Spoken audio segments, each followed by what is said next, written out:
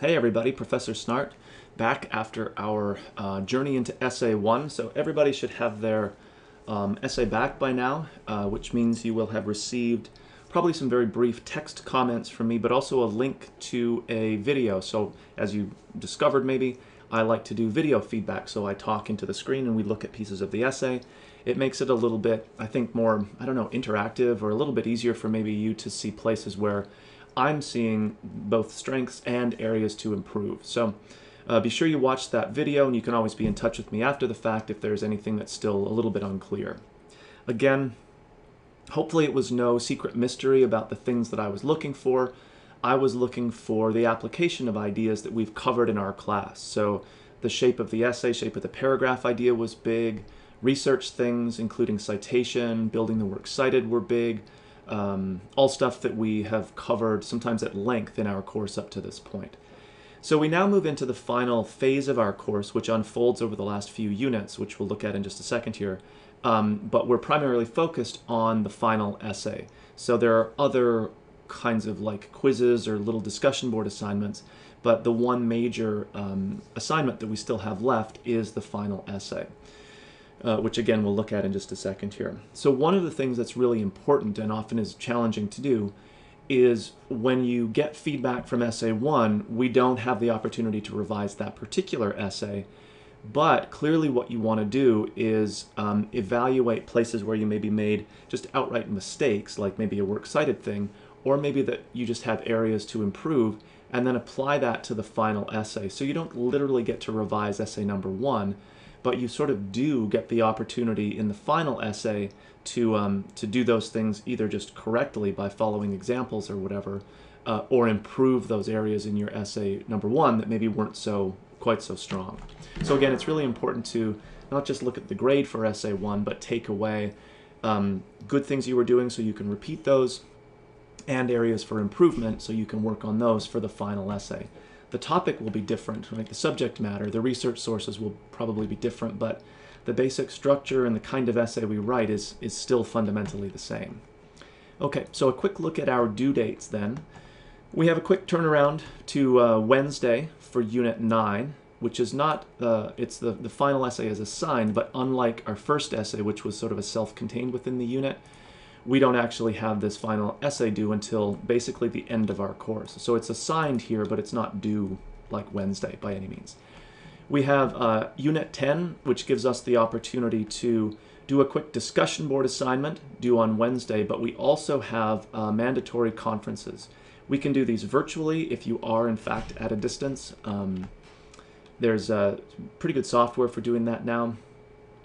Or if you're on campus or just want to be on campus or would prefer to meet face-to-face, we can certainly meet face-to-face as well. But it's good to be kind of planning ahead for those, because that's one aspect of our course that's much less flexible than the time we usually have, where you can sort of do the work late at night or early in the morning or whatever works for your particular schedule. And then we get to Unit 11, right into October. The final essay is submitted, so you'll notice that 9, 10, and 11 sort of carry us through the rest of our 8-week term together. All right, so let's look into Unit 9, which is where we're at now. So the final reading that's assigned for the course is the very famous play, Death of a Salesman. You'll also find a video version of it here, a really, really good one with Dustin Hoffman. You don't see anything here. You can follow the link to get it, but because of the way that browsers and Blackboard secure content, oftentimes things that should show up don't. So in my case, I'm in Firefox, so I click the little shield icon that's up in the corner. I just disable the protection. I know it sounds bad, but it's really not that big a deal. And then it shows up, and it's the full 2-hour movies, and it's really, really pretty good. Nothing explodes, so it's not that kind of a blockbuster, but I think it's a great idea to sit down and just follow the movie as you follow your text. So don't watch the movie instead of reading the book, but kind of do them at the same time. You certainly don't have to do it all in one chunk, but honestly, it's a pretty good movie to watch.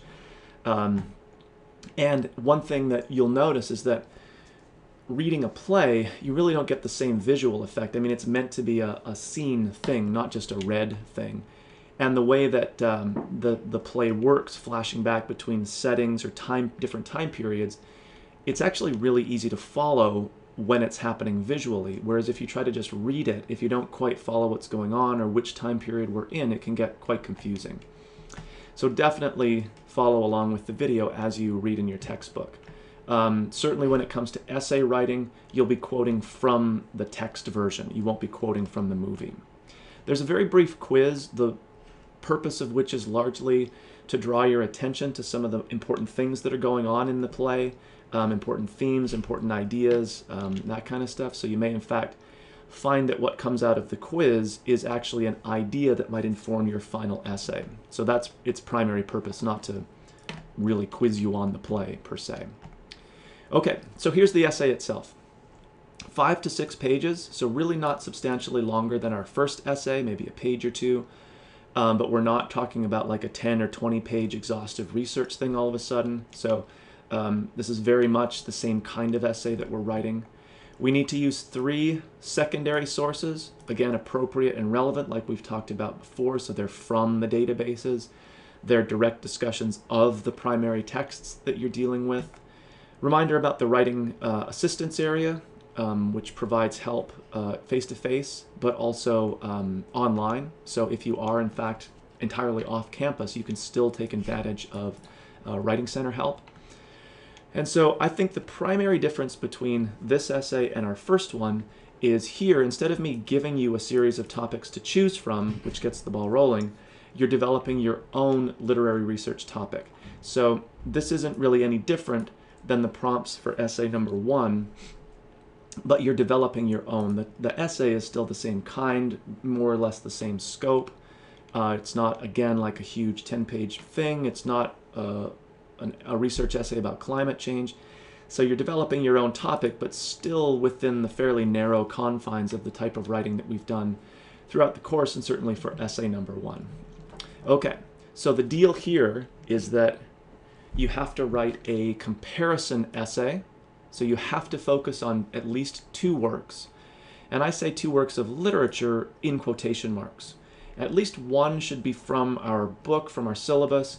I'm going to recommend the play because it has tons of great research material on it. There's lots of different interesting themes. And so it's a great place to start. And then you kind of read the play or watch the movie and you think, of a theme or an idea or a relationship between characters or some dynamic of the work that you can then connect to another text that you're familiar with. And this is the fun part, the more interesting part, is that other text doesn't have to be something that we've read for our course. It doesn't even really have to be a text per se. You might in fact choose a popular film or a book that you're familiar with. Like a movie, TV show, graphic novel. I've had people compare the play and a painting, which was really creative and pretty awesome. People have done music, right? A song that talks about a relationship between like a father-son, which is huge in the play or something like that. So everyone's doing a comparison, but again, the easiest, I think, way or most effective way to start developing your topic is to read/watch the movie, think about major themes or ideas, and then think, is there something else that I'm familiar with that kind of addresses that same theme or idea? And then you develop your comparison. The discussion board post for Unit 9 here is just a tentative idea for what you might be thinking about in terms of a topic. You're not locked into this by any means. You could always change later, although I'd ask why you've decided to change. And of course, it might be very rough. In fact, you might have a couple of different ideas that you want to talk about here instead of settling on just one. So this is due Wednesday, which I realize is very soon to kind of formulate a topic, but at least it gets the ball rolling. That's its primary purpose here. So you're just sort of thinking about working towards a topic. It's probably not going to be perfect. You might not have a great thesis exactly yet, but at least you're generating some ideas. And then it's really important down here to make sure you watch this PowerPoint, and it's narrated, so there's little audio clips in it, about how to effectively organize a comparison essay. This, again, is one of those major concepts that I'll look for applied in the final essay. And it'll be either right or wrong. It'll be clear whether you followed the point by point or not. There's no kind of gray area or anything like that. Notice again that you may have to either just follow the link to get the PowerPoint or adjust your browser settings a little bit to make the PowerPoint show up here. And it's very short. It's like 2 or 3 slides long maybe. But the idea is to organize an essay, a comparison essay, around points of comparison. So what we want to avoid is a 6-page essay that spends 3 pages talking about Death of a Salesman and then 3 pages talking about whatever your other text is, and we hardly get any sense of a comparison at all. So that block comparison style, it just doesn't work. It's not effective. And like I said, when I look at your final essay, it'll be really obvious if that's what you've defaulted to, or if you've worked to construct more of that point-by-point comparison. Again, if you run into problems with like this video not showing up or the PowerPoint not showing up, check the browser help link in our course here, and it'll walk you through a couple of things that you can try depending on what browser you use, whether it's Firefox or Chrome or whatever, to try to get that content to show up correctly. And even if it doesn't, there are in fact links that you can follow. I'll just show you again in the unit itself. So I've got it set so it shows, but you can just follow the link, or if you click where it says the link down here, you can always get to it that way too. All right, so looking ahead then, the other thing, like I said, that you really want to be conscious of is a slightly less flexible Unit 10 in terms of you having to arrange a student conference. So there's the discussion board, but what you want to do is click in where it says conference sign up, and then you can add your name to the list by just clicking the Edit Wiki Content. And you'll notice that there's some times Monday morning, a bunch of times on Tuesday, sometimes on Wednesday. So hopefully that catches everybody, but certainly if not, if you work during those times during the week or whatever, always just be in touch with me and we can try to coordinate something else. We can meet face-to-face if that's convenient for you, or we can meet virtually. For the virtual meeting, I think the easiest way is Skype, honestly. It's free. We can screen share so I can actually see your essay. So you can find me on Skype at professor.jason.snart, or we have a new tool in Blackboard called Collaborate, which is like a virtual meeting space. It's not quite as easy to use as Skype, but it's certainly a possibility. And again, face-to-face is always a possibility too, if you're on campus or want to come to campus and just more comfortable that way. Okay, so that's a lot of announcement here, but we are getting, you know, closer to the end of our course and certainly into the big kind of wrap-up assignment in the final essay. Okay, so if you have questions or concerns, be in touch with me, and otherwise I will talk with you soon.